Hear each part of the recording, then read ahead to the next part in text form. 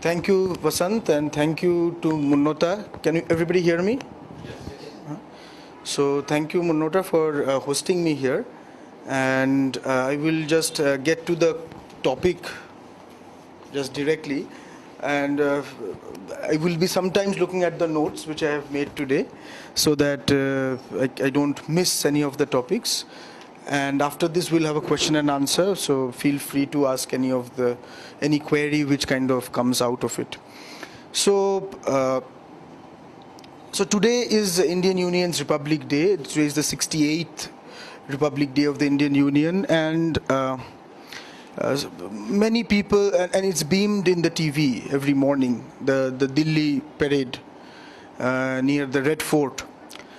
And when I was growing up, it was a spectacle to look at, right? And probably many of you also share that very spectacular kind of character of that thing. It's only when you kind of realize that some certain things are not in line, certain things don't add up.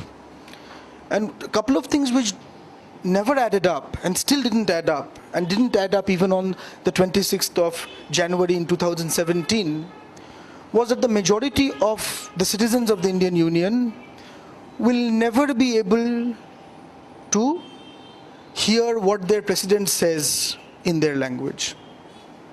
It will not be possible. They will see floats, tableaus and floats of their respective states coming along. And in front, when West Bengal comes, there'll be something written on that float. I will not be able to read it. It is not in my language. The float of Karnataka will be coming. I cannot read it. A Kannadiga cannot read it because it is not in Kannada. Similarly for Tamil. But it is in some language, by the way. It's not as if there is no language there. What is the choice of that language?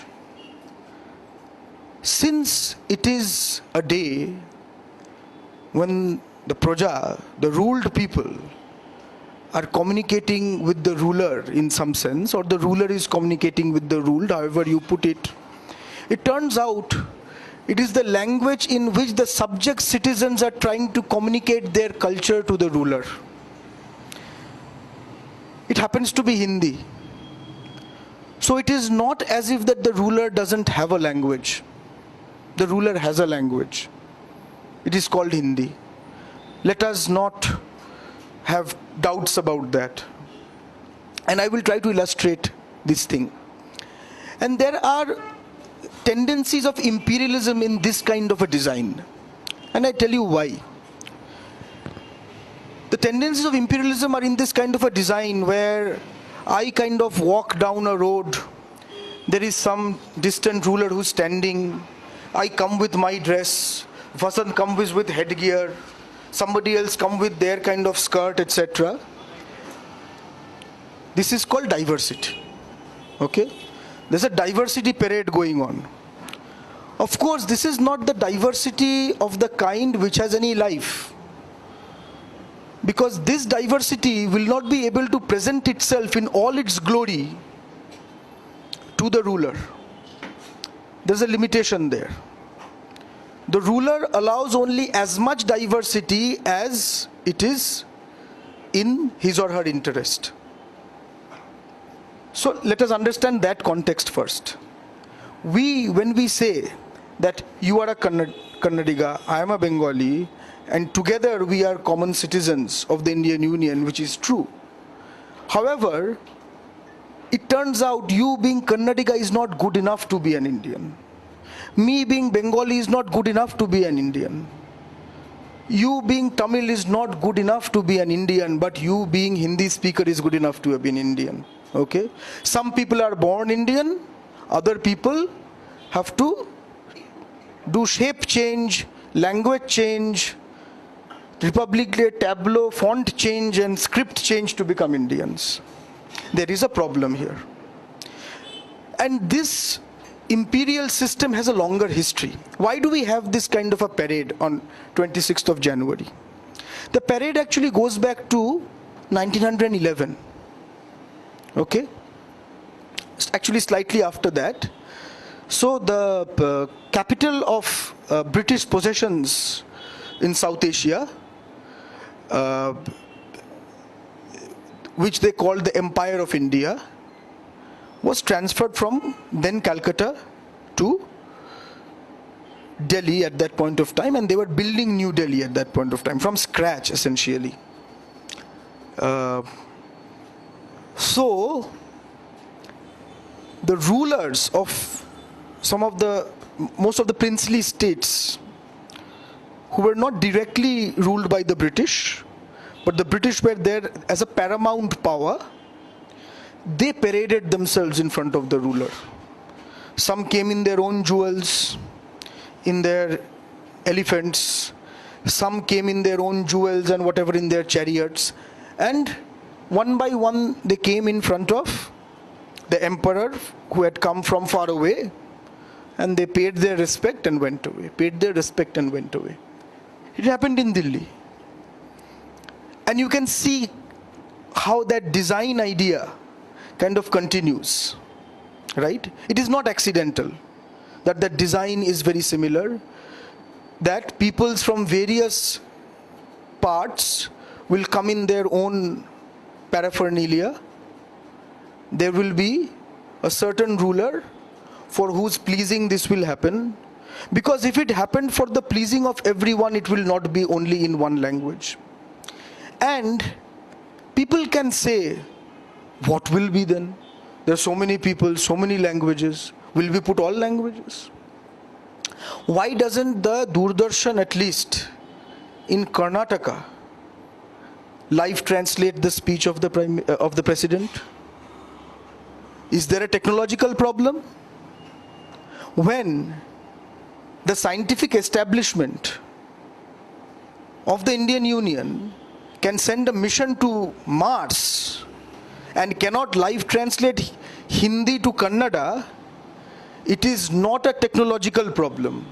It is a political problem. It's an intentional problem. It's not accidental. It is a problem of design. Because it is a problem of design, because it's a problem of politics and not some technological issues, then this design flaw has to be exposed, and this design flaw has to be removed, because the Indian Union's unity is dependent on the removal of this design flaw, because the continuance of this design flaw will only expand the problem that exists between the people, because especially on this Republic Day, the whole pledge is about being equal citizens. That's the whole idea. Remember what this Republic Day is about. It is one of equal citizenship. It means that your rights and my rights and his rights and every Hindi person's rights are the same. That is the basic idea. Rights are same, and I will come to something like that slightly later. And when we say that when transfer of power happened in 1947 to from British imperial hands to the groups which had won the Constituent Assembly, the elections of the 1946 elections to the Central Assembly at that point of time, there was one big slogan which was in certain parts called Swaraj, self-rule. And of course, equality, because the whole point was that among the ruler and the ruled, there was a distance. Whenever the ruler speaks a language which is not of the ruled, it cannot be a democracy. It's a very basic idea. Whenever the ruler speaks a language, and by language I do not only mean language. When a ruler speaks in a cultural language, I do not only mean ethnic language. When a ruler speaks in a cultural idiom or a cultural language, when a ruler speaks in a language of the tongue, etc., which are different from the cultural mores and the language of a certain ruled area, there is a distance. And the idea of democracy is to decrease this distance, to make it non-existent. The idea of imperialism is to increase this distance, because imperium always wants to show who's the boss. So there is a difference between imperialism and democracy. Okay? And on a Republic Day, it is completely legitimate to talk for democracy against imperialism. That is the spirit of Republic Day. And that is why it is extremely important that we have chosen this day to make these points. So things should have gotten better in post-transfer of power, right? After all, new rulers sort of have skin tones which are similar to us, etc., etc. Did that happen? Let us take a small example. Can somebody give me a present currency note? 500, 1000, 2000, by the way, sorry, not 1000. Can somebody give one? Okay. So this is one note, okay? So very big, it is written 2000 in English. This probably is 2000 in Hindi, in Devanagari script. It's written in Hindi words how much this is. On the other side also, just in case you missed, on this side it's also written. So this is, you can see it from here, right? This is information. Okay? This is information. In a currency note there should be information. Can you read what is written here from that distance? You can't, right? These are apparently your languages and mine. What is this? This is called decoration. Okay? There's a difference between information and decoration, right? There's a difference between unity and diversity. Okay? But, as we often say, unity in diversity and everything is fine, but there can be nothing at the cost of dignity. And when somebody is information and somebody is decoration, it's a matter of dignity.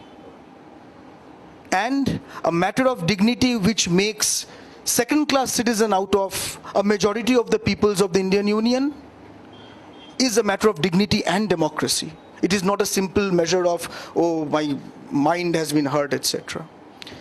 Whoever's note that was. But it just turns out, and it's quite sad, and I will just show you the pictures. When the British people ruled, how did our currency notes look like? It's a good question to ask, right? We saw this information decoration difference.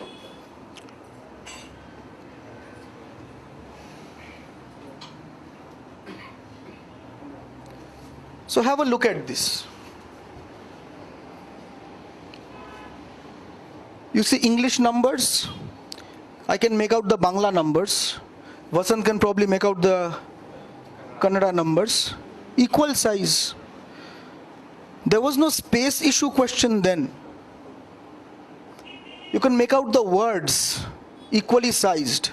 Information, not decoration. Okay? Let's go to another example here.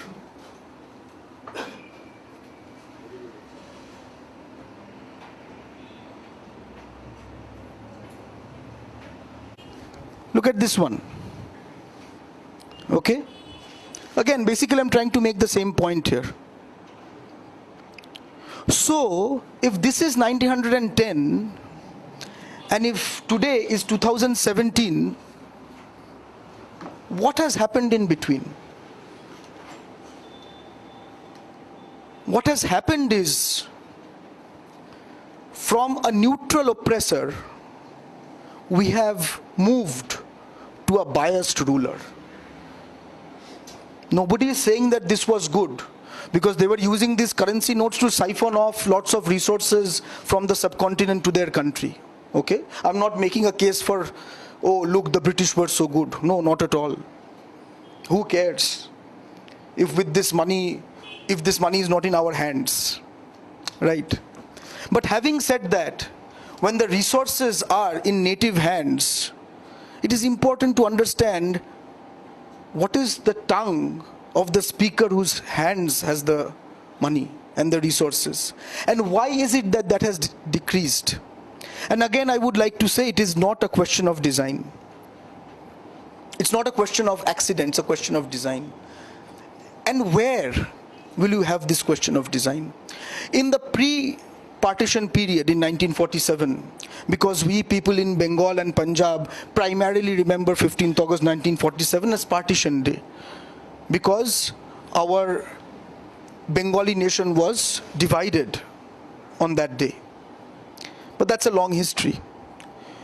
And then also the day of transfer of power. But a major part of the discrimination was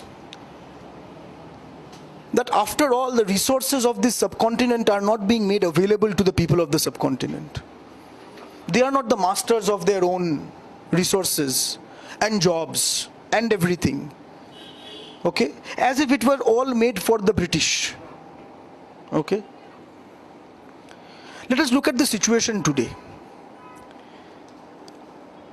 So, in British times and in certain times, you could do something which you cannot do now. For example, you can take a train from Bangalore to Mysore. A Kannadiga can take a train from Bangalore to Mysore, and the British gave them the information from which station to which station they are moving, and what is the distance and what is the fare, etc. In 2017, Government of India in Delhi does not give a Kannadiga in Karnataka the information about moving from Bangalore to Mysore. So, Delhi is making clear, this is Delhi's railway. This is nothing to do with Karnataka. Okay? But we will come to that fallacy a little later. Same for airlines. I'll give you a brilliant example which I just actually took up while I came here. It was just taken yesterday. Port. Beautiful looking. So this is Jet Airways. There was a counter. Can you see the Kannada there? Because they are into business. In Karnataka, there are Kannadigas. Air Arabia, Go Air, Indigo, Jet Airways, just stop. And there's no Hindi. If you ask why is there no Hindi, because these guys are businessmen, they understand where is the customer base.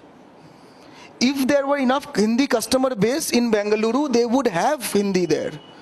They are not into Kannada language activism. Air Arabia, Air Pegasus, SpiceJet, Air France, Air Asia. So till now, everything has Kannada. Go on. Lufthansa, and there comes the only one which you actually pay the tax for. Rest of everything are private players. You do not pay tax to them. You do not subsidize this. The only entity which the Kannadigas actually subsidize with their money does not have Kannada in Bengaluru. That is a shame. And that cannot be by accident. This is a question of design. Okay? That cannot be by accident. And I can say that cannot be by accident because this is the only one which has remembered to put Hindi, by the way. Okay? So, something else is at work here. Something, a game of homogenization, a game of forced homogenization is at work here. A game is at work here where some people have decided, some forces have decided that if we are to be Indians, we have to come through the Hindi route. It is very important that they did not have this confidence in 1947. It's a process. It did not happen overnight. I will just go into certain other examples. For example, jobs. All the union government jobs, most of them you cannot apply in Kannada. Even the jobs which are about serving Kannadiga people. So you will have a person, Hindi-speaking person, applying to a job in his mother tongue. The job entails giving customer service to Kannadigas. But the Kannadiga customer service, Kannada customer service job will not be, the Kannadiga will not be able to apply for it in Kannada. This is imperialism. This is nothing but imperialism. Imperialism anywhere has looked exactly like this. This is how Pakistan appeared in Bangladesh, in this naked form. And then, at that point of time, Government of India was very astute to point out that yes, this was imperialism. So it's not as if they don't understand. It's not as if that they don't understand. It is just that there are double standards. And by the way, these double standards are not partisan double standards. These double standards actually permeate every party, every political party who take their orders from New Delhi, whose headquarters are in New Delhi. This permeates every political party whose state assembly election candidate list has to be signed off in New Delhi. Because at the end of the day, what these political parties would do is not send Karnataka's representative to Delhi. It would choose Delhi's Kannadiga representatives. There's a difference. There's a difference between Karnataka's representatives to Delhi and Delhi's Kannadiga representatives in Karnataka. Okay? And that difference matters. Because the difference matters, that is why they have been able to continue with this policy for so long. You cannot get those jobs. If you are a Kannada medium student, if you are a Bangla medium student, you are simply not eligible for most of these things. If we are to call ourselves a republic with a functioning democracy, we should be able to write to our people's representatives about our grievances, right? If the parliament, the union parliament is taking up a bill, you should be able to give your feedback on it, and they ask for feedback in various newspapers. Maybe you have not seen them because they are mostly in Hindi or sometimes in English. And just in case you got the wrong idea by seeing it in English and wrote back in Kannada, they actually mention it very explicitly. Only Hindi and English will be allowed to respond.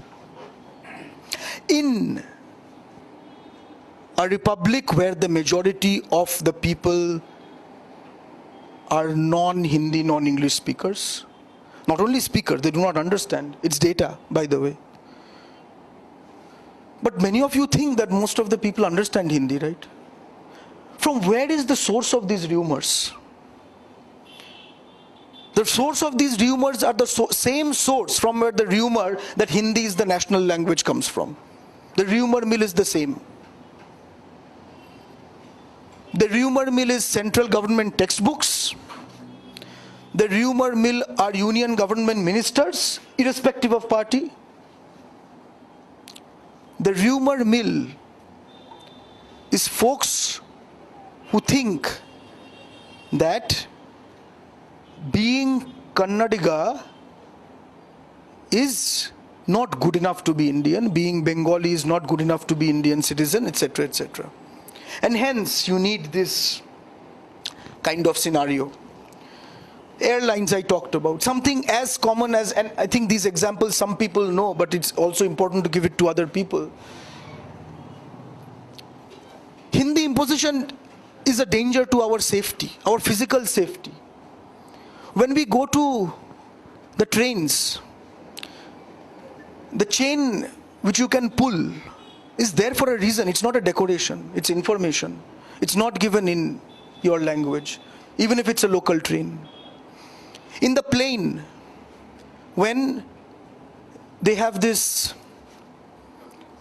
safety instructions, it's never in your language. An Air India flight between Kolkata and Dhaka does not have a safety instruction in Bangla. Can you believe that? An Air India flight between Kolkata and Bengaluru will not have a spoken word of Bangla or Kannada or a written letter of Bangla or Kannada.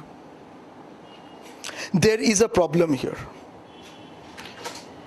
And again, I would like to say the problem is not about the lack of Bangla or Kannada. That is a symptom. It's a symptom of a deeper problem. This is just the expression. Nobody has fever. People have infections. That's why they have fever. Right? And this is something similar. Websites. Look at Government of India websites. Apparently, they're an IT superpower. The same folks who are creating multiple language websites for every other group which actually cares about equal citizenship, for example, the European Union, who in their parliament, by the way, provide live translation in multiple languages. Technology is there, the intention is not there here. Okay? So it is possible. They won't do it. Your representative in parliament cannot stand up and speak for the Kannadiga people in Kannada. He has to seek permission. We are calling this a republic. We are calling this a democratic republic. We are calling this a democratic republic of equal citizens.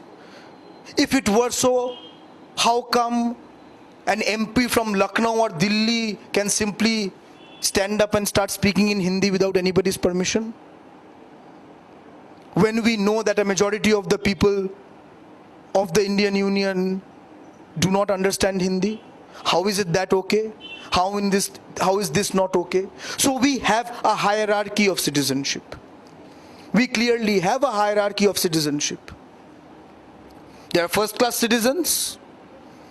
Of course, there are stratosphere class citizens. They don't belong to any group.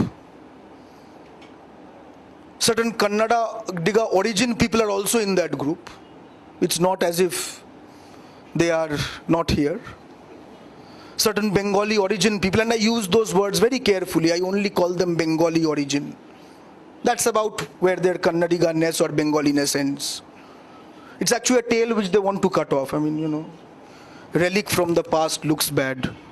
When you wear the Delhi pant, it does not fit with your tail, So you have to cut it off for better fittings, That is there. Then there are the first-class citizen.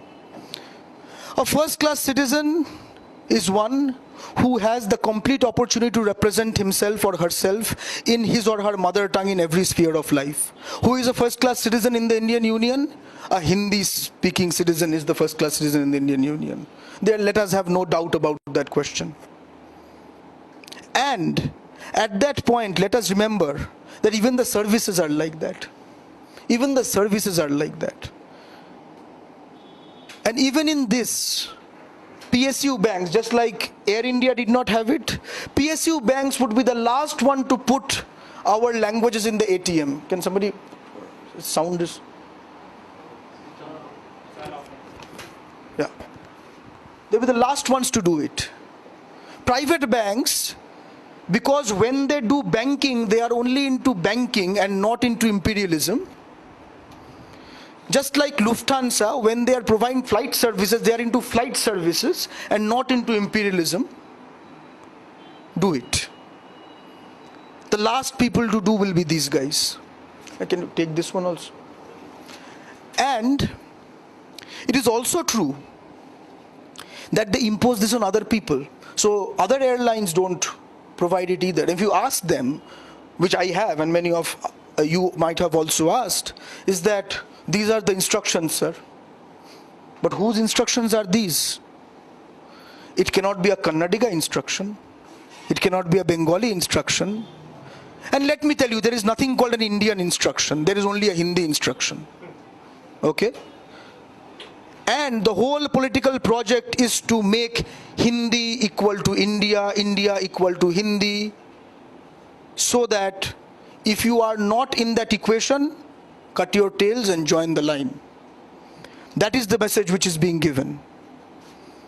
In any case, have you seen the caricature being made of a Hindi-speaking person? Your English is weird. My speech is weird. It's full of O's, right? I eat fish. I don't know what you are eating. Is there a caricature of Hindi-speaking people? Never. Because that is standard. We are deviations. We are weird. And hence we should aspire to become like them. There is a name for this. It's called cultural genocide. There's a name for this. This is not an unprecedented phenomena. This has happened in many, many places all over the world. And you know what is most funny about this? C.N. Annadurai, who was the Chief Minister of Tamil Nadu, he had said something very interesting. He said that every citizen should share the advantages and disadvantages in a diverse union. Yes, we are a diverse union. Hence, we should share, for the sake of unity, we should share the advantages and disadvantages equally. It cannot be the case that you can use common resources in your mother tongue and I cannot. You think it's accidental that Hindi people are overrepresented in the army? You think it's accidental that Hindi people are overrepresented in many, many spheres where these, go to any railway police force in Bengaluru. What is the language being spoken? Go to the airports in Bengaluru. What is the language being spoken? You know what used to happen in British times? Again, in similar barracks and areas, English used to be spoken among officers, irrespective of what was the people's languages. Is this why 1947 happened? So that on Republic at 68, we are to basically, our job is to clap at Hindi imperialism? No. If we take the ideology of republicanism seriously, if we take the idea of equal citizenship seriously, if we take our ancestors seriously, if we take our children seriously, if we take our dignity seriously, if we take our language seriously, if we take our economy seriously, if we take our collective future seriously, this is unacceptable. This has always been unacceptable in any human being with a spine. And this has been completely acceptable to agents, because that is their way of climbing, right? Hence, among us, we have to distinguish between those who speak for us in Delhi and those who speak here for Delhi. There's a huge distinction. Delhi is doing all the speaking, Akashvani is there, right? But who is putting that Akashvani into every home? Who are those local agents? Rather than taking our message to the Akashvani headquartered in Delhi and making it a cacophonous house of many languages. Why is even something like a farmer-friendly channel by the union government only in Hindi? Only Hindi people farm? Do Hindi people feed us? Actually, we feed Hindi people. And let me come to that. All the things which I just said, rail, jobs, airlines, websites, services, etc., are paid for disproportionately by non-Hindi people. Why do I say that? There's something called, have you heard the thing called central funds? Central funds. Every state has central funds. Central funds means center and funds. So funds coming from the center. Obviously, funds means money. Center means Delhi. So for a long time, people might even think that in front of the Rashtrapati Bhavan in Delhi, there might be a money plantation kind of a thing, right? Where central funds grow on those trees. Every month, MPs go, plug the central funds, put it in boxes, and send it to you, send it to us, etc., etc. And because they are plucking it, they are okay, don't spend it there, spend it there. Oh no, no, you have been spending too much. No, this time, bad boy, you will not get that much. All of that they do, right? But we know there are no such money plants. If there were, we would plant some in Calcutta also. Right? What are central funds? These are funds from states. These are funds from states. And when we say funds from states, it means funds from state A, funds from state B, funds from state C, etc. If that is the case, if funds from state A goes to center and funds come back to state A, it's strange to call it central funds, right? For example, you do not say that the accounts officer is the one who pays your salary. It's a weird idea. Do you ever tell the accounts officer or the person in the HR department, oh, you are paying my salary, thank you. HR funds. You never say that, right? Or accounts funds. It's even more weird because the money is taken from you. In a job, you produce labor, you are paid. You produce services, you are paid. Here, of course, your funds are taken and paid. Why are funds taken and paid? It looks like an inefficient system, right? I give my money to you. After some time, you give it back to me. I could have kept it myself. Why? Because money from largely non-Hindi states is taken, and the money given back to non-Hindi states is lesser than the money which is taken, and this extra money is given to Hindi states and to states for other purposes, some other states for other purposes. I will not go into that. But certain states for democratic purposes have a large military budget. Okay? So to preserve democracy, a lot of army has to be paid. Hence, a lot of extra money has to go there. But forget that. Hindi states get more. What does it mean? It means Karnataka subsidizes UP. It means Tamil Nadu subsidizes Rajasthan. That's what this means. And why should it? Has Karnataka solved its poverty problem? Are you to work harder because Delhi Metro should have a new route? Are you to work harder because there should be more central government offices in Delhi, so that more people should go and work in Delhi, so that you have to send your sons and daughters to Delhi, which is the most unsafe place in the world, because they'll be able to create infrastructure there? Is that why you will work hard and then say after a few days, our children are going away? Look at the design at work here, right? You will have to beg for your funds. Look at the GST which happened recently. So a state government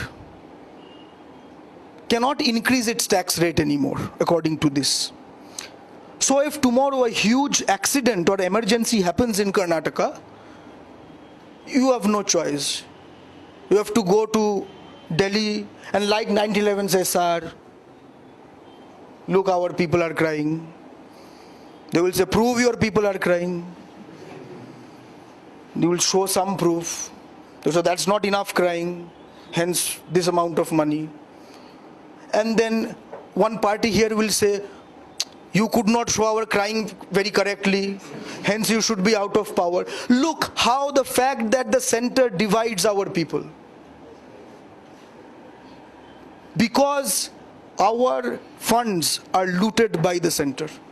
However, interestingly, in this whole GST, one nation, one tax, one, this series of ones, it has not taken away from itself the right of increasing money extraction rates in emergency through the process of cess.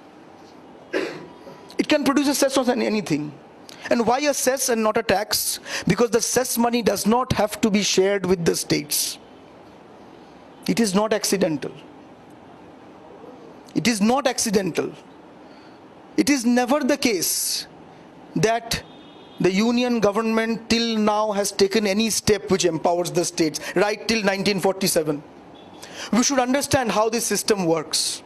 And that's how we have to come to federalism. It's a big word, but it's the word which holds our future in it. Our constitution has 3 lists: union list, concurrent list, state list. Even Pakistan does not have a concurrent list, hardly ever. And there's something else, by the way, which is very important. It's called residual powers. It means anything which is not mentioned in these 3 lists. Why is that important? Because with time going on, the proportion of that increases. The list can only imagine what is existing. The list cannot imagine the future. So in the future, residual list, by the way, the residual powers, so to say, in the USA, which is also a federal structure government, the residual structure are with the states, everybody knows. In Pakistan, it is with the states, not here. Since 1947, not a single subject has moved to the state list. Everybody is for decentralization, all the union governments, all these Delhi parties, not a single subject. Not a single subject has moved from the union list to the concurrent list. Only 2 kinds of movements have happened: from the state list to the concurrent list, or from the concurrent list to the union list. And these guys have the shame to come and tell us, we want to empower the states. They are shameless. And we have put up with this amount of shamelessness. And these are to be done by constitutional amendments. By the way, the education scene, now that you have the national entrance test, NEET, and other things, why do you think that the UGC or the people can just say things, right?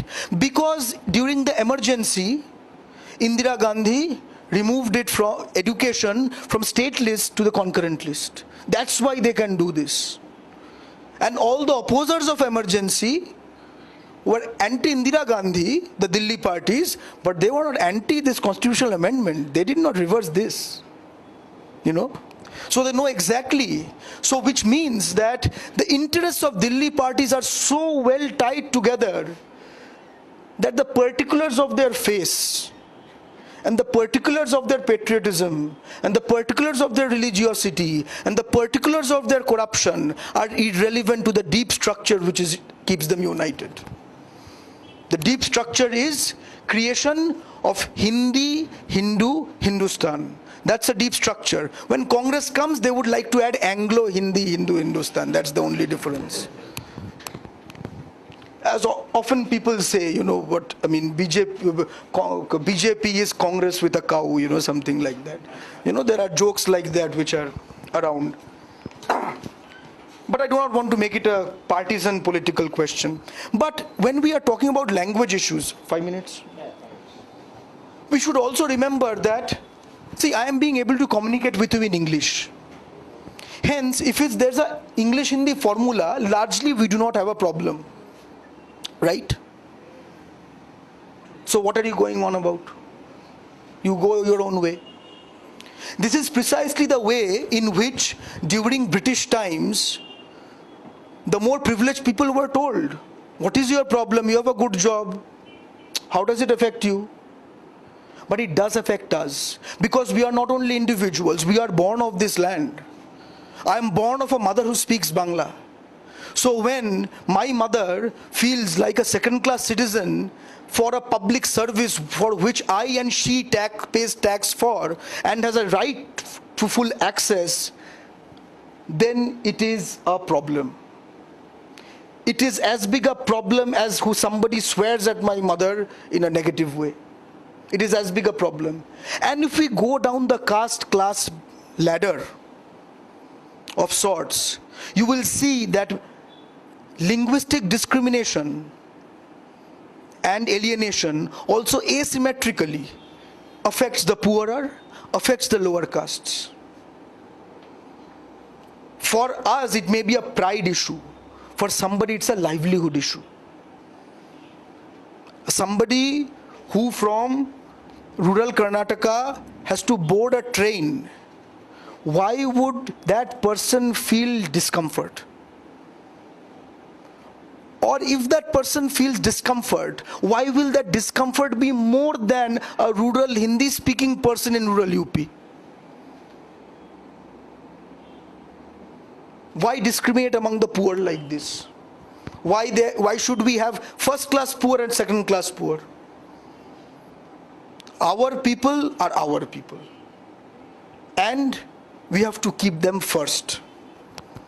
We have to keep their rights first. And this is why the linguistic equality question is not simply a question of pride. It's a question of constitutional rights. It's a question of equal citizenship. And remember that these questions are also now rising in the Hindi belt itself. In the Hindi belt, now there are voices for Bhojpuri, Rajasthani, etc. wanting their status as separate languages. Because the word, you know how Hindi is defined in the constitution, in the link for purposes of language counting. It's absurd. It's not as if you say, what do you speak, you will say Hindi, okay, so you are Hindi. That seems to be natural, right? No. If you live in a certain area, and if you do not speak this, and this, doesn't matter what you respond, you speak Hindi. Go check, I'm not lying. What it does is, it tries to shore up the numbers. Because the Hindi block is very important for this imperialism. It needs those numbers. Which is why when Bhojpuri and Rajasthani people have now demanded, because these demands cannot be destroyed, these demands cannot be buried in the ground, even in so-called Hindi belt. Because those two are people with a spine and a history and ancestors and self-dignity and rights and children. Okay? So Hindi academics all over the Indian Union have created this huge list of 1,300 signatures and have opposed it. Dialects, they have said. Awadhi and Bhojpuri have 100-year-old, 1,000-year-old histories. Hindi is a 100-year-old language. How can a 500-year-old language be a dialect of a 100-year-old language? It's absurd. But imagine a world, I would like to wrap up now, but try to imagine a world where this would not be the case. The constitutional amendment route exists because you can shift everything around till such time you do not perturb the basic structure of the constitution. What is that? That is